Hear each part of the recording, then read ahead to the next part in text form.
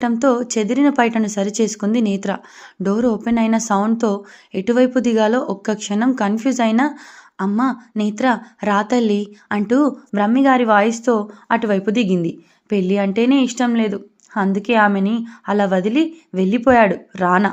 ఇంతలో కాలుకు పట్టుపరికిని అడ్డుపడి పడబోతుంటే ఆమెకి సాయం చేసి బ్రహ్మిగారు, ఎందుకమ్మా ఇలాంటి వాడిని ప్రేమించావు? నీకు కడ వరకు తోడుగా ఉంటాడని ఎలా నమ్మావు తల్లి? ఏదైనా నీ జీవితం బాగుండాలమ్మా అంటూ ఆమె తలపైన చెయ్యి వేశారు బ్రహ్మిగారు.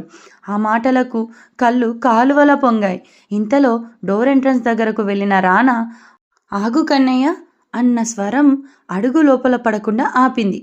వాట్ నానమ్మ, మీరు ఎప్పుడు వచ్చారు అంటుంటే, మేము నీ పెళ్లి న్యూస్ విని వెంటనే వచ్చాము. మీ అమ్మమ్మ తాతయ్య కూడా వచ్చారు. బట్ నువ్వు అక్కడే వెయిట్ చెయ్యి అని మంగా అనటంతో హారతి పళ్ళెంతో వచ్చింది మంగ. ఇంతలో బ్రహ్మిగారి హెల్ప్తో గుమ్మం దగ్గర రానాను చేరుకుంది నేత్ర. వాళ్ళిద్దరికీ హారతి ఇచ్చి, ఎలాగూ పేర్లు చెప్పమంటే కసుమంటాడు రానా అని తెలిసి సైలెంట్గా ఇద్దరిని లోపలికి తీసుకువచ్చారు పార్వతీ మనోహర్ దంపతులు.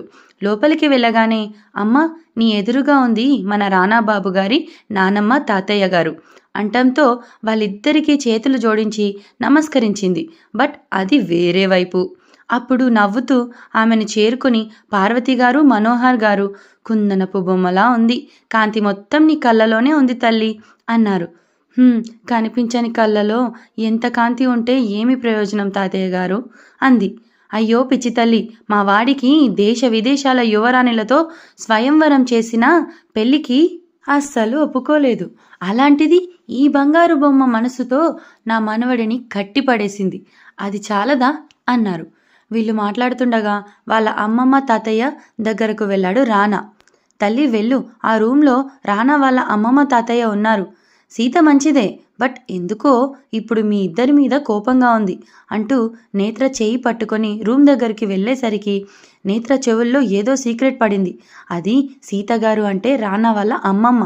తాతయ్య రామ్ రానాతో ఇలా అంటున్నారు, రానా అసలు ఈ పని ఎలా చేయగలిగావు? నిన్ను నమ్ముకొని నీ పైన ప్రాణం పెట్టుకొని ఒకరు ఎదురు చూస్తుంటే పోయి ఆ కళ్ళు లేని అమ్మాయిని వివాహం చేసుకున్నావు అంటే నీ స్వార్థం నువ్వే చూసుకుంటున్నావు అనుకోవాలా? ఇంకా నీ జీవితం మొత్తం ఆ అమ్మాయికి సేవలు చేయడానికే సరిపోతుంది అన్నారు. ప్లీజ్ సీత అలా అనకు. నేత్రకు చూపు లేకపోవచ్చు, but she's awesome and independent. ఎవరైనా చీకట్లో ఇంట్లో ఉంటే స్విచ్ బోర్డ్ కోసం వెతుక్కుంటూ ఉంటాం. అలాంటిది జీవితాంతం చీకట్లో బతికే